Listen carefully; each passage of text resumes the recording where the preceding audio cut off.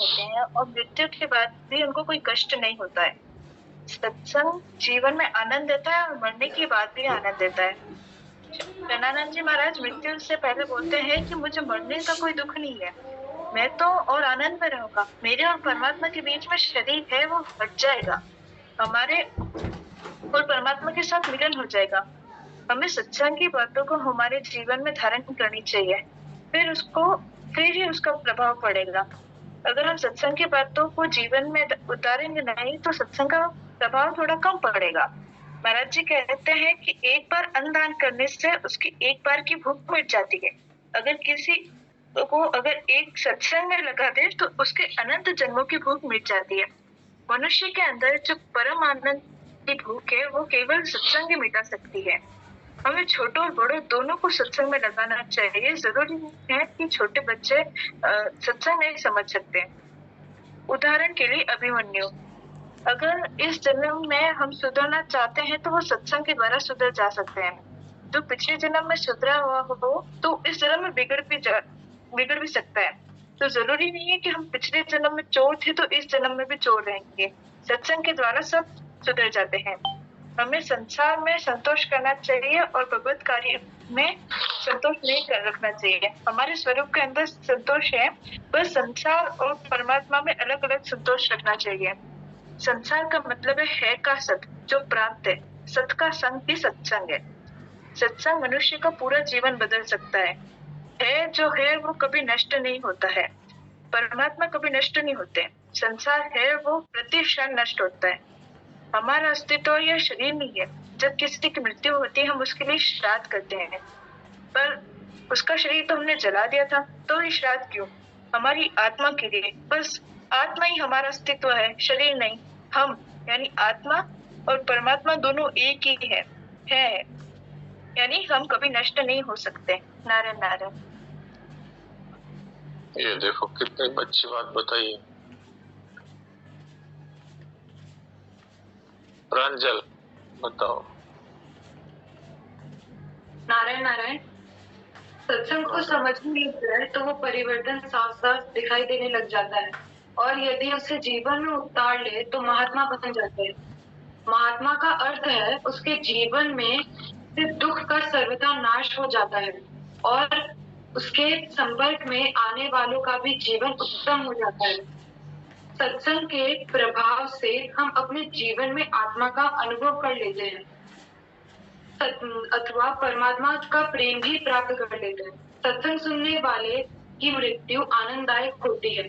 सत्संग जीवन में भी आनंद देता है और मृत्यु में भी आनंद देता है। सत्संग की बातों को हमें ध्यान से समझनी चाहिए और उनका हमारे जीवन में भी प्रभाव होना चाहिए। परमात्मिक साधन में संतोष नहीं करना चाहिए और सांसारिक चीजों में संतोष रखना चाहिए। भगवान के अंश होने के कारण हमारा जो स्वरूप है वो संतोष स्वरूप ही है। महाराज जी को कल मैं बाहर थी तो इतना ही लिख पाई। अरे बहुत अच्छा लिख दिया, बहुत सारी अच्छी अच्छी बातें आ गई। आप लोगों से भी यही कहना है, आप में से भी जिनको लगे कि मुझे लिखना चाहिए तो वो, अगर जैसे ये लोग तो बहुत डिटेल में लिखती है, और अगर किसी को ये लगे भाई इतना कहाँ लिख पाएंगे तो खास खास पॉइंट जैसे 8-10 पॉइंट लिख लो और फिर उनको बता दो, तो उसमें बहुत कुछ मिल जाएगा। तो लिखने से आपको फायदा होता है ये तो पक्की बात है, लेकिन सुनने वालों को भी बहुत फायदा होता है। और वो जैसे कल पढ़ाई की हुई है और आज हम उसको अगर दोहरा लें तो रिवीजन से वो पक्का हो जाता है।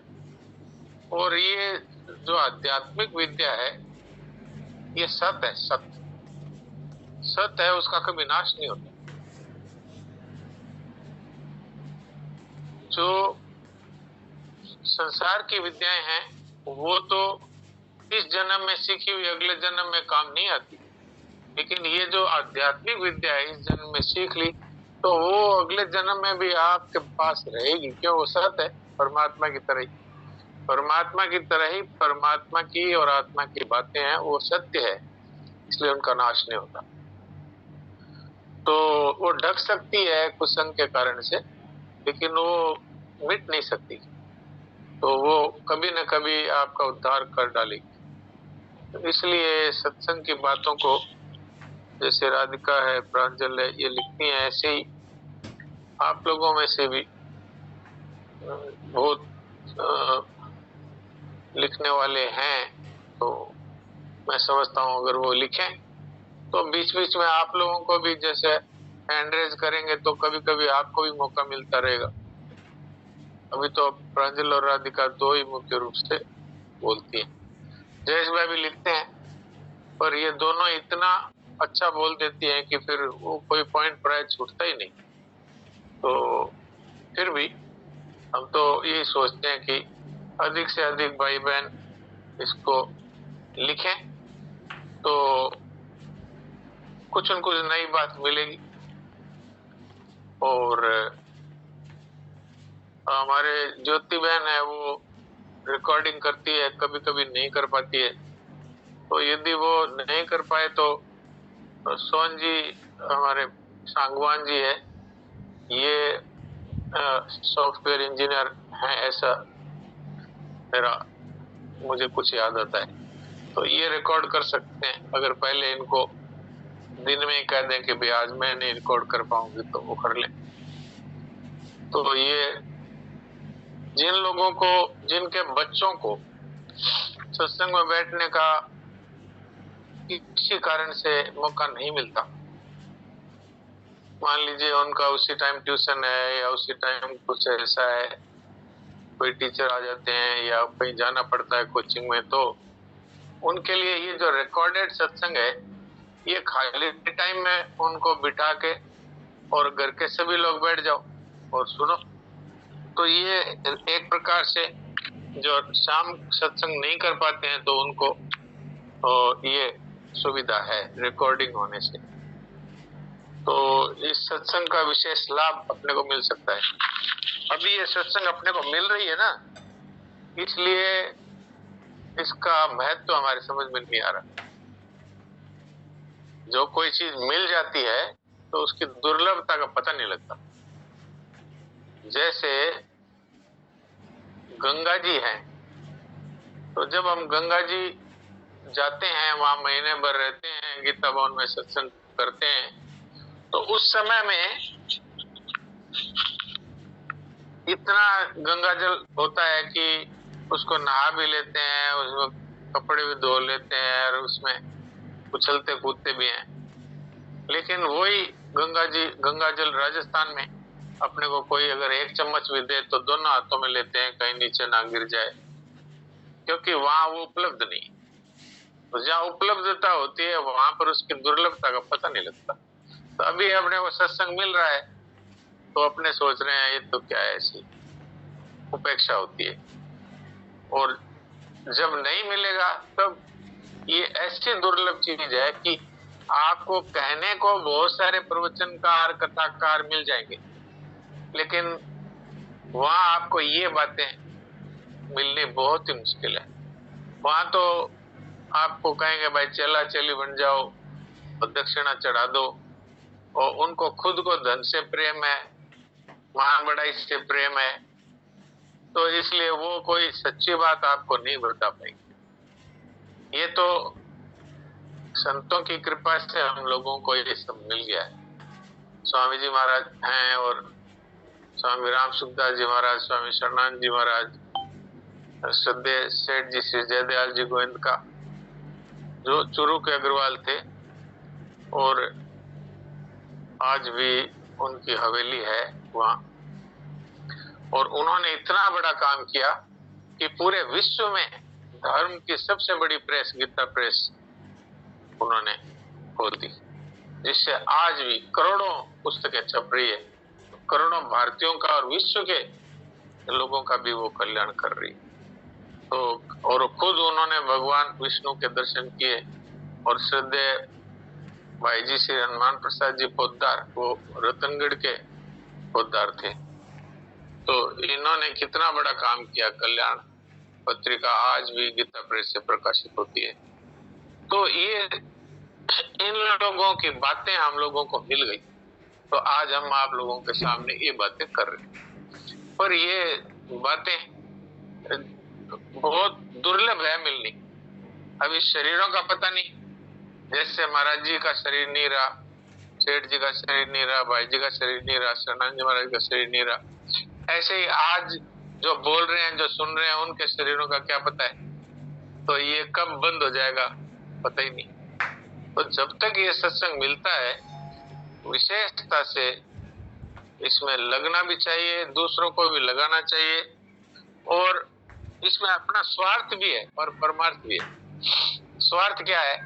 जिन बच्चों को बचपन में सत्संग मिलता है, वो आगे जाकर के अच्छी बहुएं, अच्छी बेटियां और अच्छे बेटे, अच्छे पोते पोते बनते हैं। उनको शिक्षा देनी नहीं पड़ती, क्योंकि वो तो शिक्षा बचपन से ग्रहण किए हुए होते हैं, तो उनमें ऐसे संस्कार होते हैं। नहीं तो आजकल देखा गया है, बूढ़े माँ बापों को घर से निकाल देते हैं। कोई कोई ज्यादा समझदार होते हैं, वृद्धाश्रम में ले जाके पटक देते हैं। तो ये सब क्यों होता है? क्योंकि उनको बचपन में संस्कार मिले नहीं। वो ये सोचते हैं कि ठीक है, बस इनसे हमारा काम अब जितना लेना था ले लिया, अब इनकी जरूरत नहीं। तो जैसे बहुत से लोग हैं जो गायों को जब तक वो दूध देती है तब तक घर में चारा नीरा देते हैं, और बाद में उनको घर से निकाल देते हैं कि अब तो दूध नहीं देती। ऐसे माँ बाप है, अब ये क्या काम के, निकाल देते हैं। तो ये सब क्यों होता है? कि उनको बचपन में सत्संग नहीं मिला। तो हम तो ये कहते हैं भाई, जिनका बचपन बिना सत्संग के बीत गया, तो अब भी लग जाओ, जागे तभी सवेरा है। और जिसको भी अपने परिवार में सुख शांति चाहिए, उसको सत्संग में लग जाना चाहिए, और अपने बच्चों को, अपने परिवार के सदस्यों को, बहुओं को, बेटियों को, सबको इसमें लगाना चाहिए। और अब तो रिकॉर्ड हो जाता है, तो मान लो सत्संग में कोई कारण से नहीं जुड़ पाए, तो दोपहर में, शाम को, जब भी समय हो, अपना रिकॉर्ड सुन लो, तो कान में पड़ेगा तो उसका तो लाभ होगा ही। तो ये बात है। जयेश भाई क्या कह रहे हैं, बोलिए। राम राम जी सर। सत्संग की सारी ज्यादातर बातें तो इन्होंने बता दी है, पर जो बताने लायक जो एक दो बातें, जो कल जो कहानी थी पुनर्जन्म की, जैसे कंजर जाति का कोई आदमी था, उसका पुनर्जन्म वो ठाकुरों के घर। तो स्वामी जी अपने सत्संग में बताया करते थे कि साथ में स्वभाव जाता है। तो ये कहानी से ये सीख मिलती कि स्वभाव को सुधार करना चाहिए, सत्संग में लग करके, प्रभु नाम का जप करके, और जो कुछ अपनी यथाशक्ति बन सके संसार की सेवा करके। तो ये सारी बातें जो कंजर जाति का जो भाई था उसमें थी, तो पुनर्जन्म में उसको अच्छे घर, उससे भी विशेष भगवत आश्रित के घर उनका जन्म हुआ। और सत्संग के प्रभाव से, जैसे अभी आपने बताया, आध्यात्म विद्या फिर से नहीं पढ़नी पड़ती जितनी, तो उसके प्रभाव से उसको पिछले जन्म का भी याद रहेगी वो सारी बातें। जी जी। तो ये सारी बातें इसमें ज्यादा विशेषकर समझने वाली ये कहानी में जो बात है कि स्वभाव का सुधार करना चाहिए, प्रभु में लगना चाहिए, और सत्संग की बात समझकर जीवन में उतारनी चाहिए। अगर समझ में ना आवे तो पूछकर समझकर जितनी जल्दी ग्रहण कर ले। इसमें कोई ऐसा नहीं कि ज्यादा साल भी लग सकते हैं। जो समझ करके जीवन में धारण करते हैं उनको वो बात का पूरा अनुभव हो जाता है, तत्काल समझ में आ जाती है वो बात। और कल आपने सबसे लास्ट में जो सत्संग आप बता रहे थे उसमें है पने का बात आप समझा रहे थे, अनावश्यक कर्म कार्य का त्याग करने से वो अनावश्यक वो क्या बोलते हैं संबंध जो है संसार का वो छोड़ने के लिए, तो विवेक विरोधी कर्मों का त्याग कर देना चाहिए, वो आवश्यक है इसके लिए। और जो सदा रहता है और जो उसको सत्य है कहते हैं, और जो नष्ट हो रहा है वो नहीं है, मतलब असत्य है, और नहीं में जा रहा है, मतलब अभी दिख रहा है पर बाद में नहीं रहेगा। जैसे शरीर है अभी दिख रहा है और मृत्यु के पश्चात उसका नष्ट कर दिया जाता है, या फिर पंच महाभूतों में विलीन हो जाता है, पर जो है जो अपना आत्मा है अपना स्वरूप है, वही अपना सच्चा स्वरूप है। तो ये सतमुख सत्य है, जो वही अपना अस्तित्व है, जो स्वरूप है वही अपना हैपन है। उसके साथ ही जुड़ना चाहिए, उसके साथ ही रहना चाहिए। यही अपना सत्संग का सार है पूरी बात का। और जो शरीर है, संसार है, पद है, प्रतिष्ठा है, ये सब छूटने वाले हैं। इसको अपना नहीं मानना चाहिए, इसमें आसक्त नहीं रहना चाहिए। यही कल्याण का मार्ग है। बहुत अच्छा। तो ये बात है जो आपके चरणों में रखी। बहुत इतनी सी, बाकी की बातें तो सारी राधिका और ये अच्छी बातें सुनाई। तो आज की कहानी है वो वंदना कहेगी, तो मैं वंदना को अनम्यूट करता हूँ।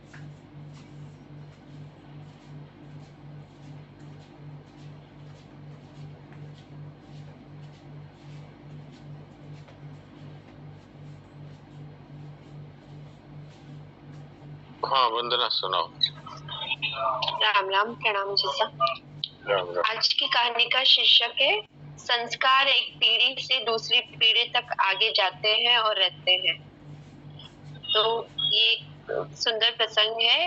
केन्या के सुप्रसिद्ध धावक अबेल मुदाई ओलंपिक प्रतियोगिता के अंतिम राउंड में दौड़ते वक्त अंतिम लाइन से 1 मीटर की दूर थे और उनके सभी प्रतिस्पर्धी पीछे थे। अबेर ने स्वर्ण पदक लगभग जीत ही लिया था। इतने में कुछ गलतफहमी के कारण वे अंतिम रेखा समझकर 1 मीटर पहले ही रुक गए। उनके पीछे आने वाले स्पेन के इवान फर्नांडिस के ध्यान में आया कि अंतिम रेखा समझ नहीं आने की वजह से वह पहले ही रुक गए हैं। उसने चिल्लाकर अबेल को आगे जाने के लिए कहा, लेकिन स्पेनिश नहीं समझने की वजह से वह नहीं हिला। आखिर में इवान ने उसे धकेलकर अंतिम रेखा तक पहुंचा दिया। इस कारण अबेल का प्रथम तथा इवान का दूसरा स्थान आया। पत्रकारों ने इवान से पूछा, तुमने ऐसा क्यों किया? मौका मिलने के बावजूद तुमने प्रथम क्रमांक क्यों गंवाया? इवान ने कहा, मेरा सपना है कि हम एक दिन ऐसी मानव जाति बनाएंगे जो एक दूसरे को मदद करेगी, ना कि उनकी भूल से फायदा उठाएगी, और मैंने प्रथम स्थान नहीं गंवाया। पत्रकार ने फिर कहा, लेकिन तुमने केनियन प्रतिस्पर्धी को धकेलकर आगे लाया। इस पर इवान ने कहा, वह प्रथम था ही, यह प्रतियोगिता उसी की थी। पत्रकार ने फिर कहा, लेकिन तुम स्वर्ण पदक जीत सकते थे। इवान ने कहा, उस जीतने का क्या अर्थ होता? मुझे पदक का सम्मान मिलता। मेरी माँ ने मुझे क्या कहा होता? संस्कार एक पीढ़ी से दूसरी पीढ़ी तक आगे जाते रहते हैं। मैंने अगली पीढ़ी को क्या दिया होता? दूसरों की दुर्बलता या अज्ञान का फायदा न उठाते हुए उनको मदद करने की सीख मेरी माँ ने मुझे दी थी। तो ये चीज सब मानव जाति का जो ये इनकी जो सोच थी वो सेम छन्नानंद जी महाराज जी की थी कि सब। हाँ, इसी कहानी मुझे, और ये रियल स्टोरी है। बहुत अच्छी है, रियल स्टोरी है। अब आप देखिए, वो केन्या का जो खिलाड़ी था वो कंफ्यूजन हो गया कि अगली लाइन है वो फर्स्ट है कि यही फर्स्ट है, तो वो पिछली लाइन पे रुक गया। तो जो पीछे से स्पेनिश खिलाड़ी दौड़ रहा था उसने कहा, अरे ये तो कंफ्यूजन के कारण पहले रुक गया जब कितना तेज आगे जा रहा था। तो उसको धक्का दे के वो अंतिम लाइन तक वो पहुंचा दिया। तो वो आसानी से आगे दौड़ करके और फर्स्ट आ सकता था, लेकिन उसने क्या बात कही वो मार्मिक बात है। उसने कहा कि मैं प्रथम स्थान कैसे लेता? प्रथम स्थान तो उसका ही था, पहली बात। दूसरी बात, वो कहता अगर मैं ले भी लेता तो मेरी माँ को जाके मैं क्या जवाब देता?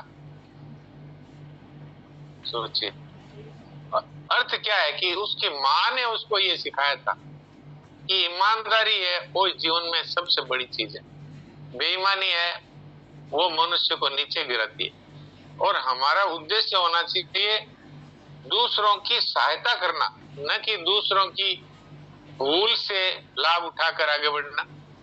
तो ये कितनी अनोखी बात है।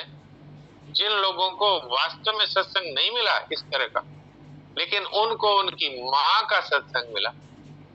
इसलिए मैं कह रहा हूं कि हम जो माता पिता लोग हैं, उनको चाहिए कि अपने बच्चों को इस तरह की बातें सिखाने के लिए सत्संग में लाए, तो उनको ये बातें मिलेगी। आप बच्चों को जो उपदेश देते हैं, वो छोटी उम्र में तो बच्चे मानते हैं उसको, लेकिन आप बच्चा जब बड़ा हो जाता है फिर कहते हैं अब तुम सत्संग में बैठो, वो कहते हैं ये सब बूढ़े लोगों के लिए है, तुम लोग जाओ, हम नहीं जाएंगे, क्योंकि अब उसका दिमाग है वो दूसरी चीजों में फंस गया। तो इसलिए बचपन से ही छोटे छोटे बच्चों को लाके सत्संग में बिठाना चाहिए। अब आप शैलजा को देखो, ये कितना अच्छा गीता का पाठ कराती है, और ये राधिका, नंदिनी और ये प्रांजल, ये लड़कियां, इनके घर में सत्संग का माहौल है, इनकी माएं हैं वो बहुत अच्छी साधिकाएं हैं, तो इनको कितना लाभ मिल गया। और अपने को भी जीवन में ये लाभ लेना ही चाहिए। और मैं तो ऐसे परिवारों को जानता हूं जिनके बच्चों में उनके माँ का विशेष प्रभाव मेरे को देखने को मिलता है आज भी। अब जैसे मैं उदाहरण देता हूं, हमारे संतोष भाई है सूरत में, उनकी दोनों बच्चियों का स्वभाव मैं जानता हूं। वो दोनों बच्चियां इतनी अच्छी है, तो सत्संग में भी आती है। जैसे ज्योति है जो रिकॉर्ड करती है, वो इनकी बेटी है, और जो दूसरी रेखा है वो हमारे पास में ही, जहां मैं अभी हूँ वही झुंझुनू में ही है गई हुई। तो उनका स्वभाव ऐसा है कि उनके ससुराल वाले भी ये कहते हैं कि ये हमारे घर में एक देवी आ गई। आप सोचो, तो बात क्या है? बात ये है कि उनके जीवन में उनके माता पिता के संस्कार है ऐसे। उनके पिताजी बिल्कुल संत प्रवृत्ति के, बड़े शांत हैं, वो भी जुड़ते हैं सत्संग में। तो माता पिता सत्संग में जुड़ते हैं, बच्चों को सत्संग में लगाते हैं। उनके जीवन में परमार्थ तो सिद्ध होता ही है, स्वार्थ भी सिद्ध होता है कि वो बच्चे अपने माँ बापों की सेवा करते हैं, उनको कहना नहीं पड़ता। तो ये बहुत एक उत्कृष्ट बात है। और ये वंदना की ये जो रियल स्टोरी है, ये बहुत ही इंस्पायरिंग है। ये हमारे लिए बहुत एक उदाहरण प्रस्तुत करती है कि जिन लोगों को सत्संग नहीं मिला, उनको अपनी माओं के सत्संग से उनके जीवन में ऐसी बात आई। तो अब किसी का कोई प्रश्न हो तो प्रश्न कर सकते हैं, और नहीं तो मैं फिर देवकी जी से बात करता हूँ। कल हमारे है और नहीं पर बात चली थी, तो मैंने है के बारे में कुछ थोड़ी बातें बताई थी। आज एक बार फिर उसमें से जो कुछ बात भगवान भेजते हैं वो फिर करते हैं अपने।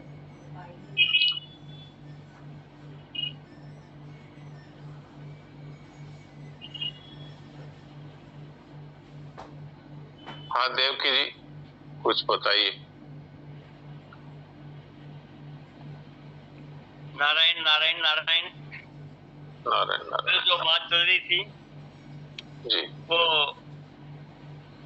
सत्संग का अर्थ क्या है, इस पर जो आज बात हो रही थी। हाँ हाँ जी, हाँ जी। का अर्थ है का संग, है का संग, जो मौजूद है, विद्यमान है, प्राप्त है, उसका संग, सत का संग।